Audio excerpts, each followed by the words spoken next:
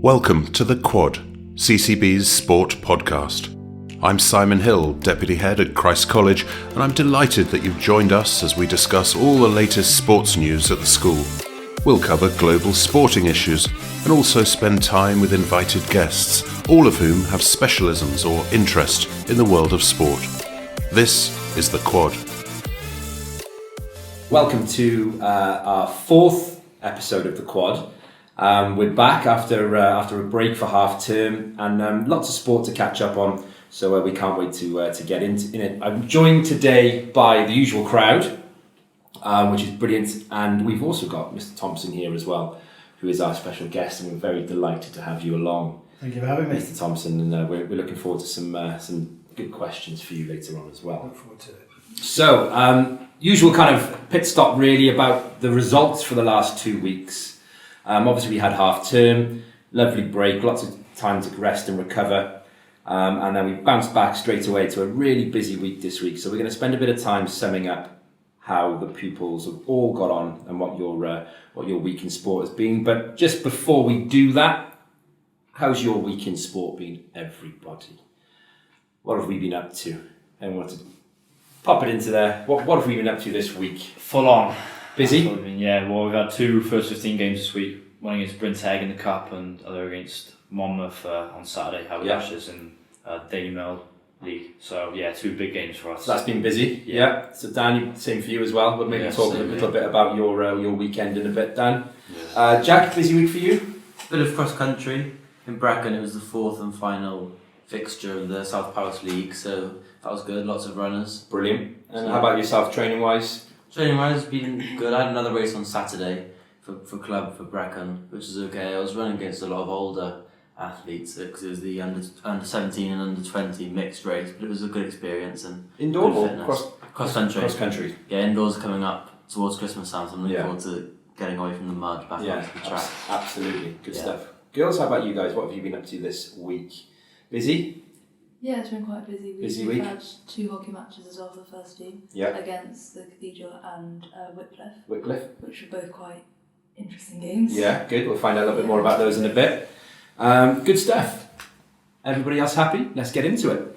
So, cross country, and Jack, I might bounce back to you a little bit about the cross country. This was the fourth and final cross country for Powys County. Yeah, in Brecon, it was good. It was a nice course and everyone did really well. We had there was a medal presentation afterwards, and it was nice to see the Christ College team was doing really well. We had the senior girls team, they became county champions. That was really good. Then the senior boys were second only to Monmouth. The junior girls also came third overall, so that was great. Yeah, really good. And I think, just to put a bit of context behind how you become county champions, there are 4 races. Yeah.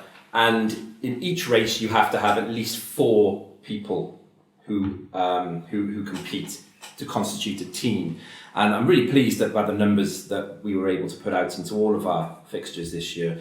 And the senior girls team had more than 4 in every race. It's fantastic. And that was mirrored all the way down throughout the age groups. And so they did really well to become the best team, if you like, in Powys. And the boys, it's a good battle with Monmouth. Yeah. I think with a couple more fixtures, or if we'd have had you and Joe and Ollie all in all of the other fixtures, I think it might have been a little bit closer. Yeah. In that respect, and the junior girls did brilliantly as well. So we had lots and lots of runners. Some really good individual performances actually, and over the 4 races, they decided to award medals to the 6 top athletes, if you like, or the 6 top in each age group, and Christ College Brecon did really well. It's surprising, and again, depending on how small we are in comparison. So I was really pleased. The best senior girl was Lisa. She came 3rd overall, and that's against all the other girls in the county. Ben McLean came 6th. He was the 6th best senior boy. And just to kind of put it again, a bit of context, you have to have completed all 4 of the races to be included in this in this kind of total. Bit of a funny story there, however, because they messed the presentation up a little bit, and Ben McLean was awarded 5th and Matt Price was awarded 6th. But after a judge's review, Matt Price had his medal snatched out of his hand. and he was demoted to 7th. Much to his disgust. He was crying. Those tears. I think he went back and he was really upset. But just a word on that actually. Matt has completed all of the cross countries. I think ever since he'd been in school, from all the way through. And definitely not built like a cross country runner now. But I was really pleased to see that the senior boys have been able to put a team together, and he really enjoyed staying the course, if you like, and that's been a long course since he was in Allway. But congratulations, Matt, and well done for a long career in cross country. And as a prize, he's got to keep his Christ College Brecon vest that he treasures so much, so he can have that. Then we've got middle girls. Sally Jones came 5th. She was the 5th best girl in Powys overall. And then Izzy Doris Torrell came 6th. She was the best middle girl. 6th best middle girl, sorry. And then junior girls, we had Cecily Mears. Cecily was fantastic in every race that she did, and she came 2nd overall. And then Anna Baharol came 3rd overall. So there's some really top performers there, and we should be very proud again, considering the size of our school in comparison to some of these big schools as well. So, right, results. And the next section that we're going to talk about are all the results that have happened over the last week. I'm going to throw it out there to the representatives from all the sports to talk about how you all got on. But there was unfortunately a fixture cancelled. One of our under-8s and under-11s match against Llandovery was called off due to the weather really early on last week. But I'm pleased to say we had a full fixture card for the rest of the week. So, girls, how was the hockey? I know you've had a few fixtures this week, so can we let me know how it's gone, how it's been? I played against the Llandaff Cathedral School on Thursday. Yeah. I think we dominated their half for the majority of the Definitely. game. I watched it. One really strong player who obviously made it quite difficult for us, but I think we deserved to win. I know you were quite far away from the goal that was disallowed in the last minute. And I couldn't. Eliza, do you want to elaborate on that? Do you want to elaborate on that? I have no idea. Well, I have a very loose understanding of hockey and umpiring, and I have no idea why that was not given. I don't know if any of you want to elaborate, because I thought we'd done it and we deserved to win that game, definitely. So why wasn't it given? Because it was quite controversial. Well, I had the ball outside the D and I crossed it across to Poppy, who was at the top of the D, and just as she had the ball within her feet, she took a shot at goal, but she didn't realise it hit her foot before it went in. Okay, did it hit the foot then? Yeah. Yeah. Right. In all fairness though, we did have one of those moments. They scored a goal. And it wasn't a goal though. Yeah. So they scored. So therefore they scored and it hit someone else's foot. Is that the foot? So Eliza hit the goal in, but no one else on the opposition did, which means it's not a goal. I see. But he gave it a goal. So again, controversial on both sides. I definitely didn't see it hit her foot, so I knew that if it hit someone's foot, obviously it's stop play. But I definitely didn't see that. And Mrs. Patterson was videoing it next to me, and we were quickly analysing the video, going, "Why wasn't it given? Why wasn't it given?" But that was in the dying seconds, wasn't it? And I think it would have been just if we'd have won 2-1. I think we definitely would have deserved that. So the game on Thursday, close match, Belle. Yeah. Yeah, very close. Good stuff. And then how about the weekend? What else have you guys had? Can you talk to me about Whitcliffe? We sadly lost 2-0. It was a very hard game. We had only one sub, and it's fair to say a lot of the team were injured or not well. Mm-hmm. So we were playing with half the team virtually, and we were playing with a different sort of press. So we were all a bit out of it, as we didn't know how to really play the same like normal. So why did you switch it up then? What was different? Was it trying something new, or? On Thursday, our main problem was them breaking our press quite easily through the middle. Mm-hmm. So we tried a new press, and it was starting to work, but it was quite tiring, and with the little subs, it was starting to break down quite easily. So therefore, if we are tired, and expect that's the second game of a week as well, and actually you were due to play 3 games this week, but one of them obviously was cancelled as well. So good fixture though, enjoyable one, because that's a new fixture on the fixture card. It was an enjoyable fixture. I think there was some also dodgy referees on that game. Seems to be a theme. It seems to be a theme at the moment. But yeah. And seconds again, it looks like they 2-0 loss.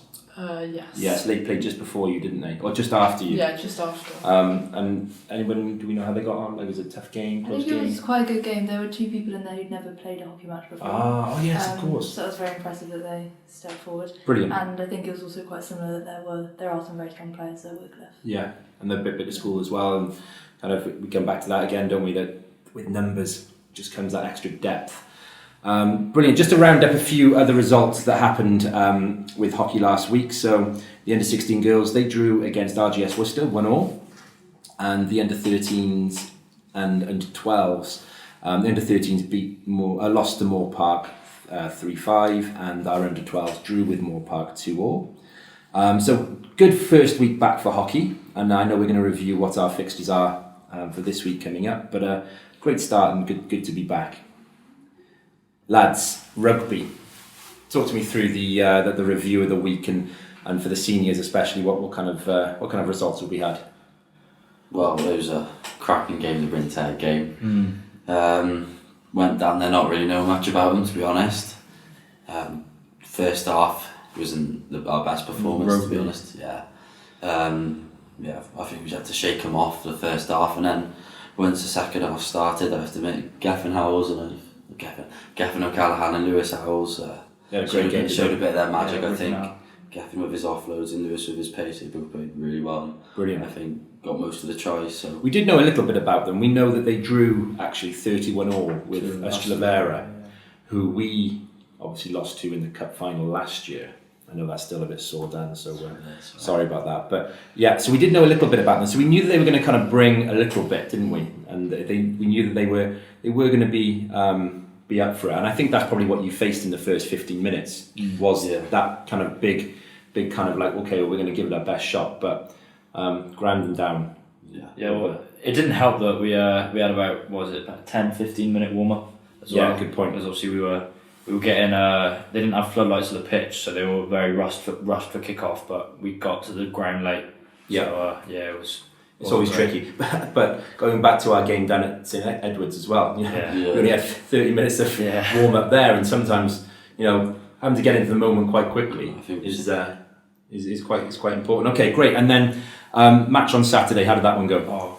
It was a good performance. It was a very good game against tough opposition, the Haberdashers. They brought a strong side down with some really good individuals. But yeah, it was a testy game, very physical. It was a great combative game, wasn't it? Contest, really good contest. But yeah, we just managed to edge them out and come on top. I think so, and I think we left a few tries out there as well. Definitely. Just to put that into a bit of context, that's the first time that Monmouth or Christ College have beaten Monmouth since 2002. So that's a long time. There hasn't been the game obviously for the last few years because of COVID, but first time that had been achieved since 2002. So really good achievement, that one. Then just to kind of review a few other scores or results. The seconds had a great win against Lupton's firsts on Wednesday. They beat them 57-5, and then our under 15 boys had a really strong result against Lupton as well, and winning that game. And the boys, under 14 boys, travelled over to Llandovery and faced a bit of a stiff competition there and lost out on that one. And then on the weekend, it was a tough card for the youngsters against Monmouth. Monmouth are a huge school in comparison, and we were hoping they were going to bring some kind of adjusted teams, but it doesn't look like they did for some of our guys. So for all the other fixtures that were played, it was a kind of sterling effort, but we definitely came off second best against the bigger school there.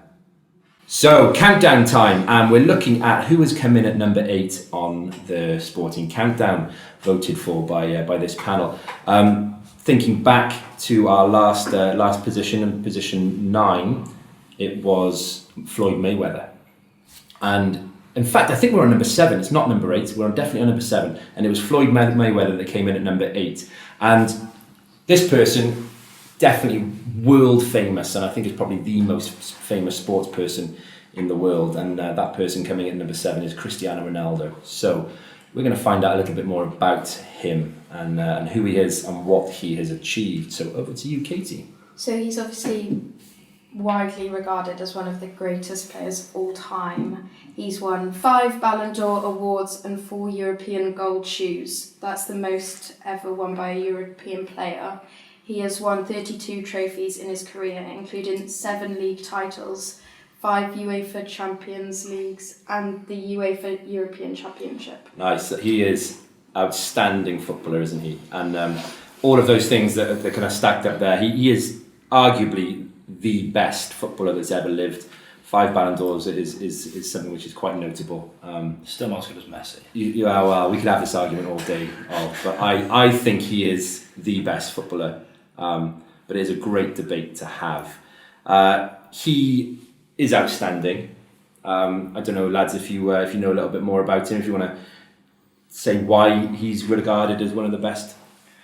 I think it's because he's stayed so consistent for such a long period of time, considering he's been playing for years now, and he's obviously even since his early Manchester United days been regarded as one of the best prodigies football's ever created. When you look at football, you just think of Ronaldo really. Absolutely, he's 37. Yeah, he's getting on with it now. He is getting, but he's still performing, and I think this is where I know there's a great article going to be kind of coming out in a few days about him, and it's quite contentious at the moment about how he's kind of managing his decline. Some people might whisper, but there's kind of a lot of kind of publicity about him at the moment. But there's no arguing that he is one of the greatest that have ever done it.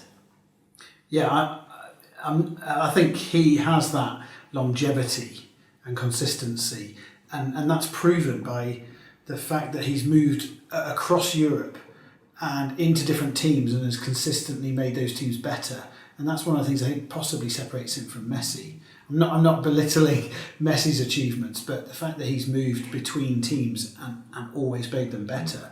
And I would include within that, as much as it pains me to say it, he came back to Manchester United and made them better, and they were not a good team. And I suppose in that respect you could argue he didn't have much to do to make them better, anything would do, but that in itself I think is a measure of an impactful sportsman in this case.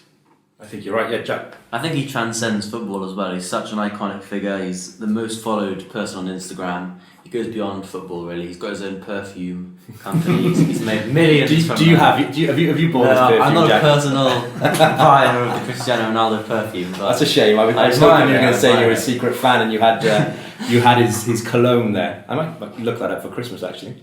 Yeah, it's from Cristiano Secret Ronaldo. Santa, Yeah, definitely. That's a Secret Santa present in the making. You're right though, isn't he? He transcends it. Girls, boys, old, young, everyone knows who Cristiano Ronaldo is and the impact that he's had. Annabelle? I was going to say he holds the record for the most appearances, goals and assists, and not only that, but he's also one of the very few players to have made over 1,000 professional career appearances and has scored over 800 official senior career goals for club and for country. That's crazy, isn't it? And we talked about that a couple of weeks ago, how 800 career goals for club and country. And I think that's about 50 more than Messi, actually. Sorry, also just for the stats there and the notebook. So, Jack? And that figure is also staggering. We look at currently Erling Haaland. Everyone's saying he's much better than Messi, much better than Ronaldo. But if you actually look at the amount of goals Ronaldo scored, it's something like 40 plus that Haaland would have to score for the next 20 years. Yeah, I saw that stat to meet that goal. It's crazy, isn't it? So Haaland for the next 20 years has to score about 40 goals a season to catch up with him, which is arguably impossible. Yeah, absolutely. You just think, wow, he's never going to do it. Someone will. Records are there to be broken, and someone will get. But you just think he's going down in the record books. Isn't there something there about his consistency, as Ollie said, and he is well known for his fitness regime and his body beautiful in one sense, but also that's the desire to be at the top of your game for a length of time. And his injury record, as I understand it, is really impressive, that he hasn't spent long periods of time on the sidelines, hence why he scored many goals every season for over 20 years. Absolutely. I think you talked about that image that he presents, and he is very kind of fitness conscientious, and his diet I know is impeccable. And there was that very famous kind of press conference, wasn't there, where He came in and he sat down, and then he moved the bottles of Coke out of the way because that's not what he wanted to represent his image, and he slid over the jug of water, and then that came, and then I think that was sending a really important message to football fans. Really, is that I am one of the greatest, and if you want to be one of the greatest, these are the kind of sacrifices that you need to make, and I'm sure he has made many sacrifices throughout his career. Eliza, do we know anything about where he started his career? Well, as previously mentioned, he has moved a lot through different clubs. He began his senior career with Sporting CP before signing with Manchester United in 2003 at a very young age of only 18. He then moved to Real Madrid and Juventus, and before returning back to Manchester United. Absolutely, and one thing I quite liked is that I can remember him turning up to Manchester United at 18. And he didn't have it all his own way. Actually, he was this renegade, his unbelievable skills, and he's famous for his 1,000,000 stepovers, and I'm sure you've seen lots of videos of him doing his skills and his tricks. But actually, he was joining a team which was very well established, and they were excellent. They were champions, and he didn't have it all his own way. And I can remember a very funny story about Roy Keane. He was the captain at the time. He turned up, and anyone who knows Roy Keane, he's quite a solid, proud Irishman. Abrasive. Great word there. An abrasive, proud Irishman, and it doesn't take much messing around, if you like. And he said when he saw this young lad turn up, he just thought, oh my God, he's not going to last long here. No way. He'll be in and out the door within 6 months, and well, the rest is history. I was going to say that there's this famous story about a number of the United players of that time who were seriously successful, who had been to see Sir Alex Ferguson when they played Sporting Lisbon, and said, sign that boy, because he'd just run rings around them. And they didn't know at the time that was on the cards, that it was already being worked on. Wow. And they went in, Gary Neville being one, and several other senior players went in and said, we want that guy. And that transfer was already in process. Yeah, that's awesome. Yeah. That's also nice as well to know that the players actually had that impact. I think that was the nature of that team at the time. They were so senior and so successful that they probably had the ear of even a manager of that gravitas. Absolutely. Al, he's marketable, isn't he? Yeah, he's one of the world's most marketable and famous athletes. He was ranked the world's highest paid athlete by Forbes in 2016 and 2017, and is the first footballer and the third sportsman to earn $1 billion in his career. Wow, he's a billionaire. That's the first footballer to kind of achieve that. And through sport, obviously he has massive wages that he must get paid, but the endorsements, the level of endorsements. Ollie, I know you and I could talk for a while about if he's better than Messi. Messi might make it into number 6 or above, but no spoilers, but I don't think he does. Does he deserve it? Is he deserving, maybe not just on his footballing credentials, but the fact that he is the most marketable and kind of well-known sports star? Does he deserve to be in our top 10, do you think? I think absolutely. He's he's extremely influential, and he's got such a massive influence over the whole world, basically. Like, there's so many young people who idolise and look up to him that I think there's no way that he couldn't be in the top 10. I think all jokes aside, I think Messi could be quite easily there as well, couldn't he? They've gone back and forth, and maybe we'll agree to disagree, but maybe they're both as good as each other. Right, so Sports Watch, what has been going on in the world of sport? And I'm going to throw it over to you, Katie, about the Women's World Cup. Where are we with that? Yeah, so in the Women's Rugby World Cup, England unfortunately lost 31-34 to New Zealand. So England were reduced to 14 women for 65 minutes and were in the lead until the last 10 minutes. But for a positive, there were a record-breaking 35,000 spectators, which is really good for women's rugby and sport as a whole. Yeah, absolutely. So, sir, I know that you watched part of the game as well. I certainly did. What did you think? Yeah, I thought, as expected with women's rugby, the quality of play is fantastic. Their phase play is something that I think junior rugby players can learn from. So to see the continuity of play, but it's really inspirational for young players. I've got 2 young female rugby players in my home. I know you've got one in yours, John. Yeah. They watched it. They got up early to watch it. And they watched every minute. And by the time I got back from breakfast duty, they were bouncing off the walls. And I think that's a really important part. Women's rugby is going places and it's taking people with it, and that's really, really great news. Absolutely, yeah. And it was such a close match, and like you said, Katie, they were in the lead until the last 10 minutes, and you know, it was so close. They'd had a player sent off for a kind of a head-on-head collision really early on. New Zealand then went down to 14 men at one point as well, and it was really close. It was back and forth, and I think we picked it, didn't we? Really early on, I said in one of the previous podcasts that I can't see past it being a New Zealand-England final, and we weren't disappointed. It was a really, really good game and a great advert for the game. 35,000 spectators jammed into Eden Park, and there would have been a record-breaking number of people watching around the world. And as you said, sir, definitely it's going places, and women's rugby in general, I think it will only get stronger and stronger. Have we got an update on the Hockey World Cup bid? Yeah, well, we talked about it a bit last time, and it was announced on Thursday that we were unsuccessful in our bid to host. Yeah. Instead, it's gone to Belgium and the Netherlands. Yeah, frustrated, because I think we kind of talked about how it would ignite the hockey kind of fraternity, if you like, here, and the benefits that we would have had if we could host that World Cup. And a shame that they were unsuccessful, but it is going to Belgium and Netherlands, and yeah, it's disappointing, but you know, fingers crossed that we'll have another crack at that again. Busy weekend in rugby, Dan. There's lots going on. Yeah, there was lots. Quite happy to see that Wales won, to be honest. Being a Welshman myself, it was quite nice to see. Wasn't the most confident going into it, but it was a great win over Argentina, who just beat England the week before. Yeah. Wasn't expected, I don't think, was it? No. I think lots of people, lots of spectators and Welsh rugby fans would have been expecting a loss there. So I'm sometimes Wales' biggest critic, but credit where it's due. They came out there and came out the blocks firing, and I've answered a few of their critics actually and shut me up, which is hard to do at times. Yeah, well, I think the main game to focus on was the Italy-Australia game, 28-27 to Italy. Yeah.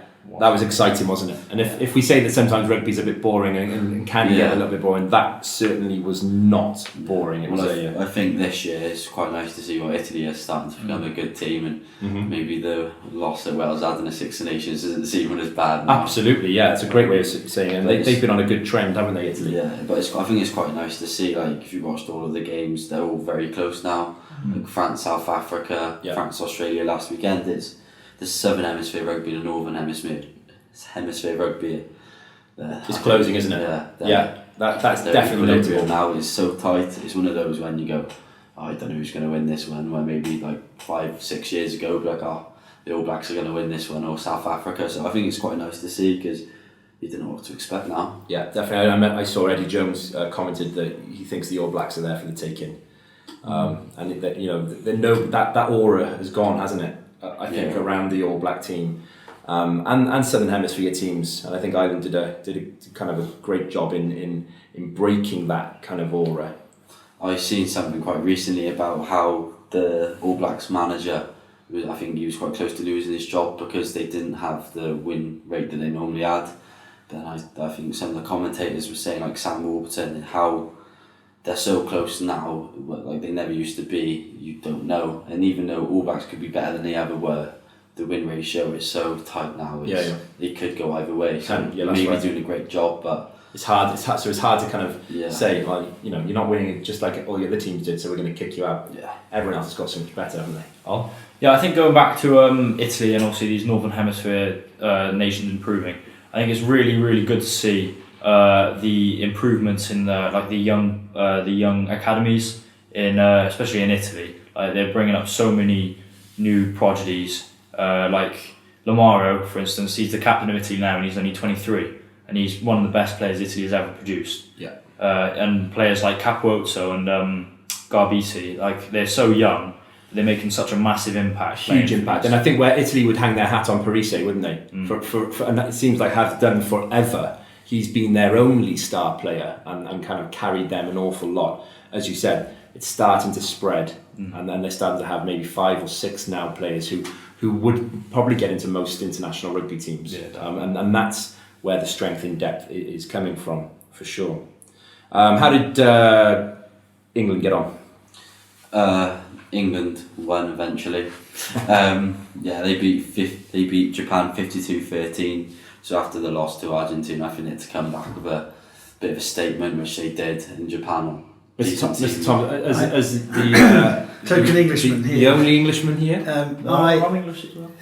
I watched this one I've got some great Japanese folks in our school. We sat down and watched it on Saturday evening on delayed watch, and I thought Japan would offer stiffer resistance, but actually England were a little bit back to their old sorts. They were playing with more tempo, and I think if they turned out a performance like they did the previous week, they would have been in big trouble. But in the end, it was never. They were too strong. Never in doubt. Japan couldn't keep the ball for long enough. England's defence was too strong, and their tempo of attack was too good. So they played very well. And I'm excited about the game against New Zealand. Yeah, that's going to be great, isn't it? Yeah. I'm looking forward to that one as well. So Scotland, Dan, how did they get on? Oh, well, not great to be honest. They haven't beaten New Zealand for 117 years, so I think it was just another one. You say that so kind of off the.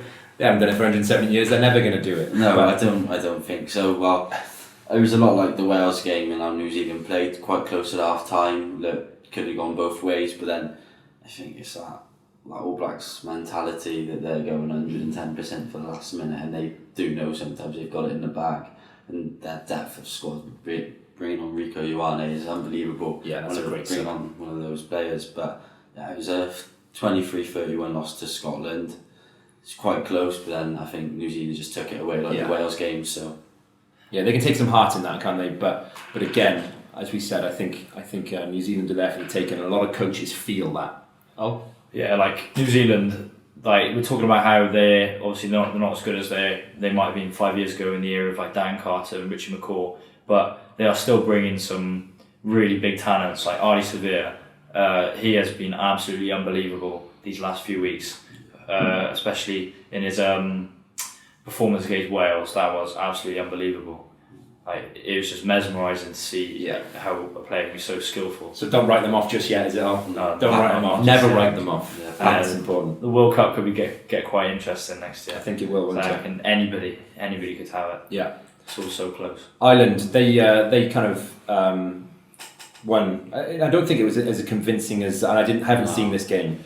This is one I haven't watched. But I don't think it was that convincing. Dan, did you watch it? Oh no, Fiji had a great start. Try off first 2 minutes, I reckon. Yeah. Shut the Irish crowds up straight away, and there was a bit of an awe around the stadium. Wasn't much noise. Yeah. We don't expect off the Fijians to do that. I think they're starting to play a bit more like a team and not as they used to do with Flying Fijians. Yeah. There's still a bit of it, like their first try. You see that kicking and playing a bit more smart, and I think it is doing well for them because if you look at them, they've got the size, they've got the power, and with the skill now, they'll be one of those teams for the future where you think, it's similar to what you were saying earlier, that the gap is narrowing. The results are tighter, but bear in mind, I think Ireland made 13 changes from the game the previous week. Yeah, when they beat South Africa. I saw that Farrell's up for coach of the year. Yeah, and I wouldn't be surprised if it kind of went to him because he's done an outstanding job there. So great roundup there, guys. Thank you. Lots to go, and fixtures this weekend. Is there internationals this weekend? Yes, is it a week off? It is this weekend. Yeah, Wales. I've got Georgia this weekend. Of course they have. Yeah, Wales, Georgia, New Zealand, England, and I'm unsure of the other ones. But so another weekend of rugby coming up, which is great. Right.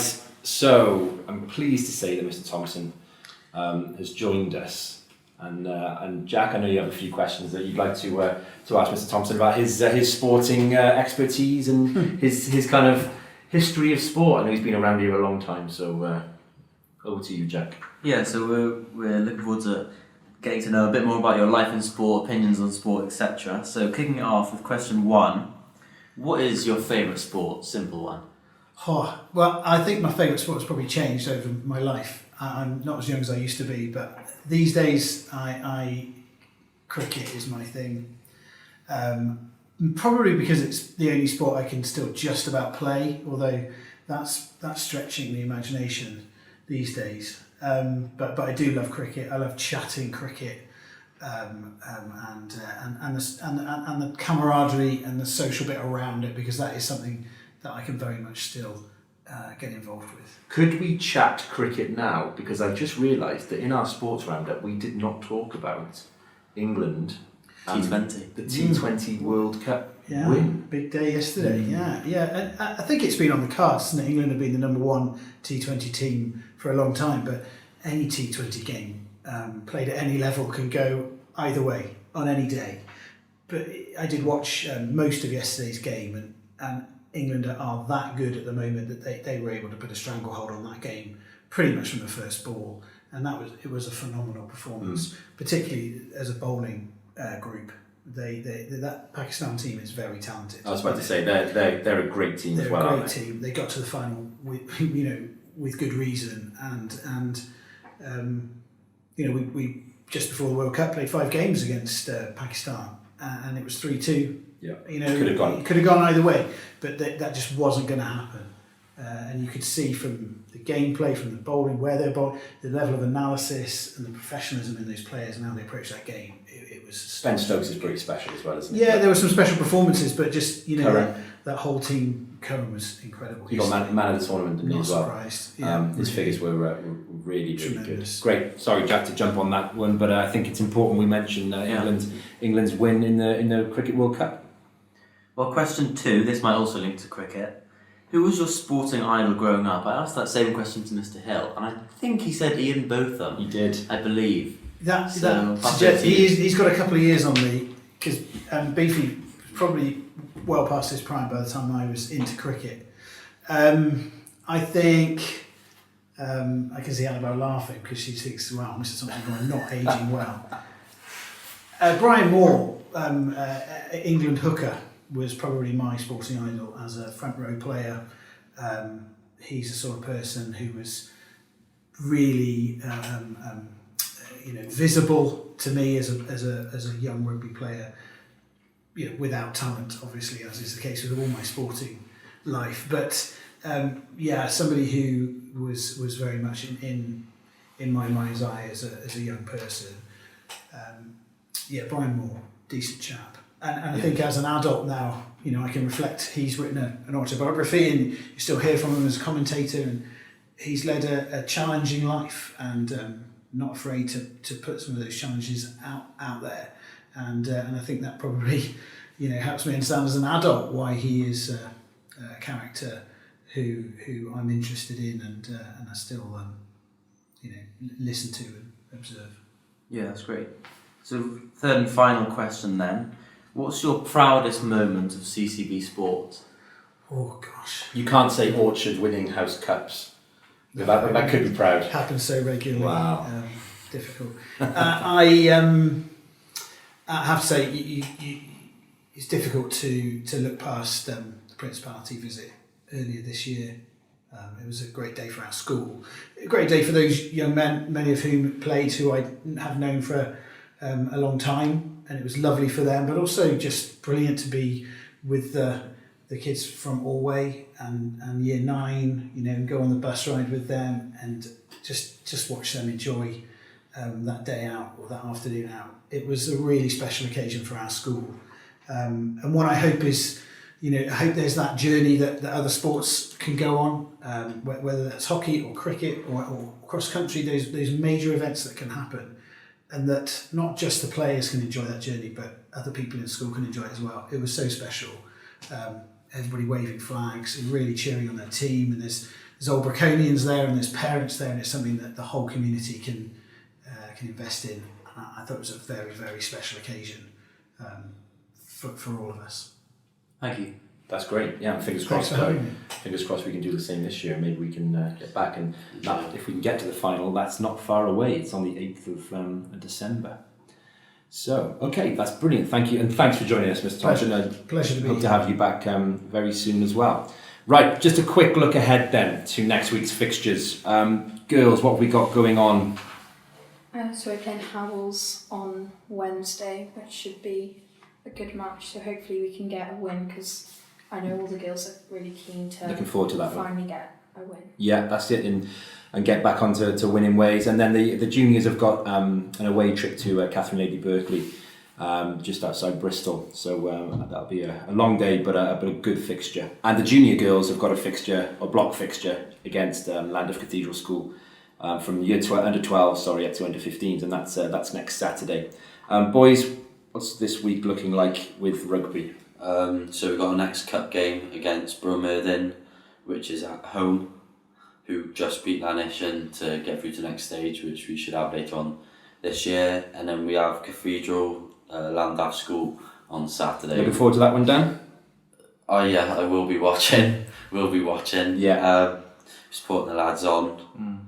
But that's I should say, Dan, that you would be playing, but currently just sat out on concussion protocols. Yeah. Which is frustrating, but right thing to do after. Exactly. Got to rest up. Treat concussion with the greatest respect that it needs. And then just on that, last year was a frustrating game, wasn't it, against Llandaff Cathedral School? Tell me about it. Playing in that game as well. I know it was a bit of stalemate really. It was 5-5. I think the game ended, and I know a lot of the lads being from Cardiff, and I got a lot of stick for it because they thought we'd absolutely smash them. But I think this year that's what we're going to do. Good. And then that kind of card then goes through the school, and Llandaff Cathedral School will be coming up here to play all of our age groups, and I know they'll be really good fixtures. Okay, and that's it. And I look forward to seeing all of the results of these fixtures and talking about them next week. And I thank Mr. Thompson once again for joining us, and thank you to everybody else, and look forward to seeing you soon. Thanks for having me.